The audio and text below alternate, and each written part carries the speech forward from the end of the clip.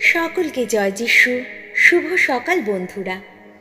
আজকের বাণী এফেসীয় 5 অধ্যায় পদ সংখ্যা 11। অন্ধকারের নিষ্ফল কাজকর্মে তোমরা কোনো অংশ নিও না, বরং ওগুলোর আসল রূপটা সকলের সামনে তুলে ধরো।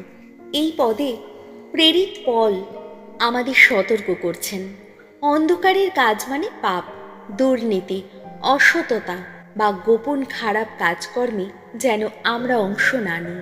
অনেক সময় আমরা দেখেও চুপ থাকি বা নিজেও সেই পরিবেশে জড়িয়ে পড়ি, কিন্তু ঈশ্বর চান আমরা সেই সব অন্ধকার কাজ থেকে নিজেকে যেন দূরেই রাখি এবং তা প্রকাশ করে, উদ্ঘাটন করে অন্যদেরকেও সতর্ক করি।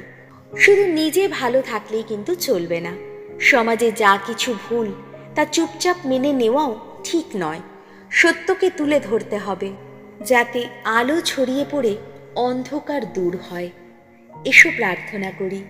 হে প্রভু, আমাকে শক্তি দাও যেন আমি অন্ধকারের কাজ থেকে নিজেকে দূরে রাখতে পারি, এবং সাহস দাও যেন সত্য ও ন্যায়ের পক্ষে দাঁড়াতে পারি।